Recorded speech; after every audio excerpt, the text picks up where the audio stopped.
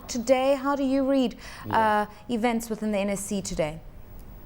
Well, good afternoon. It's always a pleasure to be here. Well, we'll notice like one of the counters that dropped drastically from 20 shillings and 25 cents last Friday to 18 shillings today has been East Africa cables. Maybe most of the investors are reacting according to, owing to their profit loss warning. All right, let's talk about East Africa cables with a little bit of detail. A quarter one pre-tax profit of 51%, coming to about 84 million shillings. Now, this is the second year in a row that this company has shown a reduction in profits. What's going on there? Why is that? Well, according to what they're saying with regards to their profit warning, there's been dropped opportunities, drastic opportunities that have actually gone awry for the company. But more or less, if you were to look at it from an investor relation point of view, we have to notice there's been a lot of change in management. So that could also have affected in terms of the general outlook of the business, and also who are the key shareholders and what stake do they have in terms of controlling how the company is run. Let's talk about the shareholders, because effectively for the company, the dividend curve has stayed stagnant. How are shareholders responding to some of these economic woes, as it were? Well, I would see like depending on the way they've been paid from the last dividend, you notice it's been ranging between a shilling. So more or less, this is now 2 years without making substantial profits. So maybe more or less they might lose out a substantial chunk. But that is not to say that going forward, looking at with the fiber optic cables that have landed, the ERC cable and the Teams cable, there's been potential reports talking about broadband usage growing from 40 million in 2010 to about 92 million by 2015. So looking at that potential within Africa-wide and more or less focusing at East Africa, where the presence for East Africa cables has been most prominent, there is still potential for growth. And you've noticed that also, like with the Tanzanian outfit, they've talked about change in management, meaning that that management change has gone to look at other opportunities and how best to tap into them.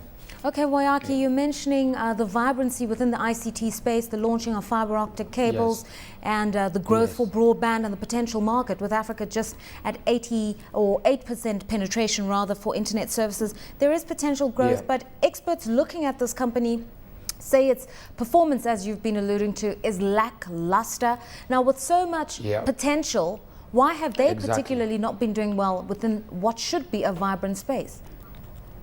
Personally, I must say that I'm looking at it from a point of view of there must be a miscommunication as far as management is concerned.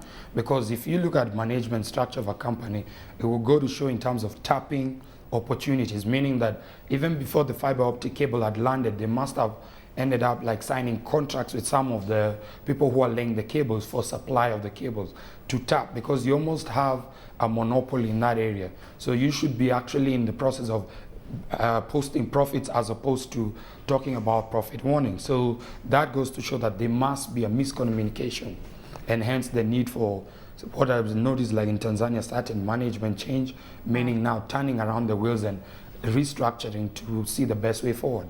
Okay, let's just talk about the brief history of restructuring for this company, when about 75% of their stake was taken up by Trans-Century. Great expectations there, but really leaving much to be desired in terms of the final result. What's gone wrong there? Well, I must say that if you look at also the company that bought a substantial stake, they've also been having quite a problem in terms of the investment in Rift Valley Railways. You notice just a few months ago, there was a big disagreement between them and a new investor by the name of Citadel from Egypt. And that also took a long while before they finally agreed on terms and the best way to have in terms of the shareholding in Rift Valley Railways.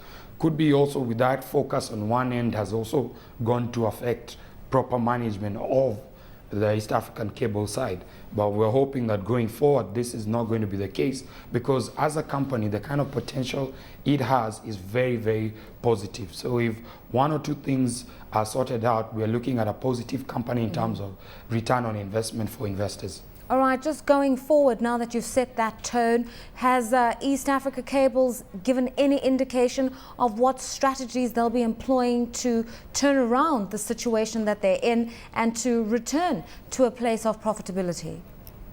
Well, as of going to press today, none has been forthcoming, but I'm sure within the next couple of weeks, we'll be able to see some form of direction in terms of their way forward.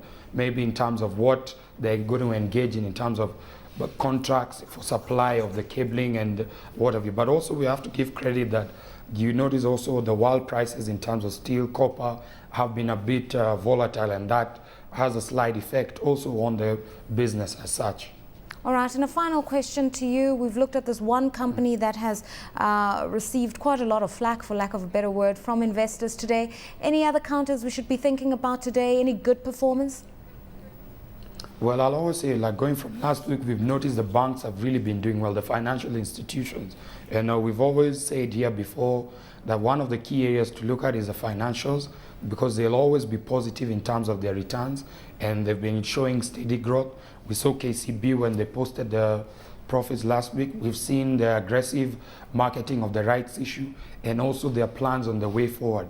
And also over a period of time, we've noticed that the management structure at the bank has actually proved to be very, very positive in terms of growth.